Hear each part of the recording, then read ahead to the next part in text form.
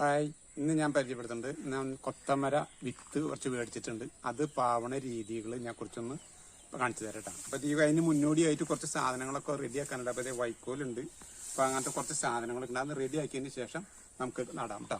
അപ്പം നടാം. ഒന്നിച്ചിടണ്ട, ചെറിയ തൈക്കളല്ലേ, പാവണതല്ലേ. അപ്പോൾ ഒന്ന് പുളി നമുക്ക് കുറച്ച് മുറിക്കാനുണ്ട്. അപ്പോൾ വൈക്കോല് മുറിച്ച് കുറച്ച് വെച്ചിട്ടുണ്ട്, കുറച്ച് മുറിച്ച്. ഇനി കരിയലിനെ നമുക്ക് ഒന്ന് ഇതാക്കിയെടുക്കാം. അങ്ങനെ തന്നെ ഉണ്ട്. അപ്പോൾ പെട്ടെന്ന് തന്നെ ഇതാവില്ല, കുഞ്ഞു തൈകളല്ലേ. അപ്പൊ നട്ട് കഴിഞ്ഞാല് അപ്പൊ ഒന്ന് ഇങ്ങനെ ആക്കിയെടുക്കാം. ഇങ്ങനെ ചതച്ച് കൈകൊണ്ടായാലും എന്തെങ്കിലും ചതച്ചെടുത്താലും മതിയിട്ട. അങ്ങനെ ഇട്ടാലും കുഴപ്പമില്ല. ഇതൊന്നും പെട്ടെന്നാകാൻ വേണ്ടിയിട്ട് ചെയ്യുന്നതാണ്. അപ്പൊ നമ്മുടെ കൊത്തമര പാവാനുള്ള സാധനങ്ങളൊക്കെ ഞാൻ റെഡിയാക്കി വെച്ചിട്ടുണ്ട്. ഇതാ വൈക്കോല് ചെറുതാക്കി നുറുക്കി വെച്ചിട്ടുണ്ട്. നമ്മുടെ ചവറ്, കപ്പും ചവറ്, കരയിലൊക്കെ ഇതാക്കി പൊടിച്ചു വെച്ചിട്ടുണ്ട്. പിന്നെ കുറച്ച് ചാണകപ്പൊടി ഉണ്ട്.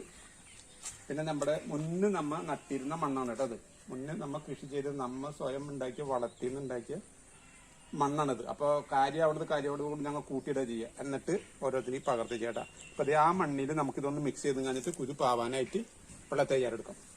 കേട്ടാ, നമ്മുടെ മുന്ന് നട്ടിരുന്ന ചെടികൾ നട്ടിരുന്ന മണ്ണാണ്. അപ്പൊ അതിൻ്റെ ഉള്ളിൽ നമുക്ക് കുറച്ച് ദിവസം മിക്സ് ചെയ്ത് കൊടുക്കാം. സാധനങ്ങൾ മണ്ണർക്കും വരും. കുറച്ച് ചാണപ്പൊടി അതിൻ്റെ ഉള്ളിൽ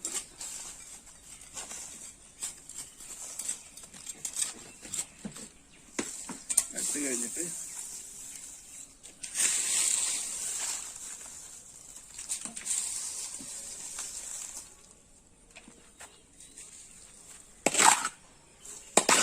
ഇത് ശരിക്കും പറഞ്ഞു കഴിഞ്ഞാൽ മണ്ണ് നല്ല കട്ടി ഉണ്ടെങ്കിലാണ് ഇതിന്റെ ശരിക്കും ആവശ്യമുള്ളൂ. പക്ഷെ ഇതിപ്പോ ഞാൻ ചെയ്യുന്ന ഏത് ചെയ്താലും ഞാൻ കൃഷി ചെയ്യുമ്പോൾ ഇങ്ങനെ ചെയ്യും. വേരോട്ടം പെട്ടെന്ന് ഉണ്ടാവുമല്ലോ.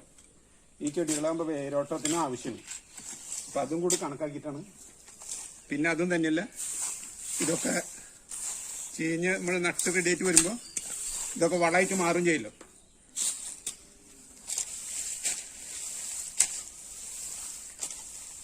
ഇപ്പൊ അതെ മണ്ണൊക്കെ മിക്സ് ചെയ്ത് കാര്യങ്ങളൊക്കെ ചെയ്ത് ഇനിയിപ്പോൾ നമുക്ക് ഗ്രോ ബാഗിലേക്ക് ആക്കണം. ഗ്രോ ബാഗിലേക്ക് ഫുള്ളാക്കണില്ല, കുറച്ചീശെ ആക്കാം. കാരണം വിത്ത് വളർന്നു വരുന്നതനുസരിച്ച് മണ്ണിട്ട് കൊടുക്കാം നമുക്ക്. അപ്പം അതനുസരിച്ച് വളം ചെയ്യും. അപ്പോൾ ഇതിൻ്റെ വളം കൂടി നോക്കണല്ലോ നമുക്ക്. ഇതിട്ട് ചെടി വളരുമ്പോൾ ഉണ്ടെങ്കിൽ മാത്രമേ ചെയ്യുള്ളൂ. അപ്പോൾ നമുക്ക് ഗ്രോ ബാഗിലേക്ക് മാറ്റണം കേട്ടോ. ഇങ്ങനെ അങ്ങോട്ട് കുറച്ചീശെ ഇട്ട് കൊടുക്കാം. ഗ്രോ ബാഗിൽ നമ്മൾ മണ്ണ് നിറച്ചിട്ടുണ്ട്. ഇതാടാ, ഇത്രേശം നിറയ്ക്കാൻ പാടുള്ളൂ കേട്ടോ. അത് വളർന്നതിന് ശേഷം നമുക്ക് ആവശ്യത്തിനനുസരിച്ച് നമുക്ക് പിന്നെ ഇടാൻ പറ്റും. ഇടാ, അപ്പൊ ഈ വിത്താണ് ഞാൻ നടുന്നത് കേട്ടാ. ഈ വിത്താണ് നടുന്നത് കേട്ടോ. നമ്മുടെ കൊത്തമര വിത്ത് നടാൻ പോവാണ് കേട്ടോ.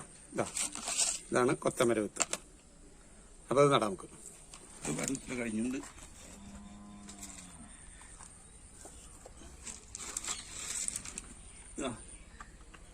കൊത്തമര നമ്മള് ഇതേമാതിരി കുത്തി കഴിഞ്ഞാൽ എന്താന്ന് വെച്ചിട്ടുണ്ടെങ്കിൽ ഇപ്പൊ ഈ സാധനങ്ങളൊക്കെ ഇട്ട് എന്താന്ന് വെച്ച് കഴിഞ്ഞിട്ടുണ്ടെങ്കിൽ ഇതിന് വളരാനും സുഖമാണ്. ഇത് വളർന്നു വരുന്നതോടുകൂടി തന്നെ ഇതിന് ആ വളങ്ങളും പിടിക്കും. പിന്നെ അതിന്റെ വളർച്ച നോക്കിയിട്ട് മാത്രം നമുക്ക് വളം ചെയ്താൽ മതി. അല്ലാണ്ട് കൂടുതൽ വളം വേണ്ടില്ല. അപ്പൊ ഇത് വളരുമ്പോ തന്നെ നമുക്ക് അറിയാൻ പറ്റും അതിന് എങ്ങനെയാണ് ആ ചെടി വളരുന്നത് എന്നുള്ളത്. അപ്പൊ അതിന്റെ ഇതനുസരിച്ച് നമുക്ക് വളം പിന്നീട് ചെയ്യാം. ഇടാം. ഇപ്പൊ നമ്മുടെ വളങ്ങളുള്ള മണ്ണുമാണ്. ഇതെല്ലാത്തിനും നമ്മൾ ചെയ്തിട്ടുണ്ട് ഇപ്പോൾ. എന്നിട്ട് ചെടി നോക്കിയിട്ട് നമുക്കിനി ചെയ്യാട്ടാ. പിന്നെ വേറെ മരുന്നുകളൊന്നും ചെയ്യണമെങ്കിൽ അപ്പം ചെയ്താൽ മതി. പിന്നെ നട്ട് വരുമ്പോൾ ഫുള്ള് നട്ട് കഴിഞ്ഞാൽ മണ്ണിട്ട് കഴിഞ്ഞാൽ പിന്നെ അതിന് ഒന്നും ചെയ്യാൻ പറ്റില്ല. അപ്പം അതിൻ്റെ പേരിന് പകുതി ഗ്രോ ബാഗൊക്കെ വെച്ചിട്ടുള്ളൂ. വളരുന്നതനുസരിച്ച് നമുക്ക് കുറച്ച് ദിവസം മണ്ണിട്ട് കൊടുത്ത് അതിനെ കൊണ്ടുവരാൻ പറ്റും. അപ്പം അത് കഴിഞ്ഞിട്ട് ഇനി നമുക്കൊന്ന് നനച്ചു കൊടുക്കാം കേട്ടോ. അത് ചെറുതായിട്ടൊന്ന് നനച്ചു കൊടുക്കാം.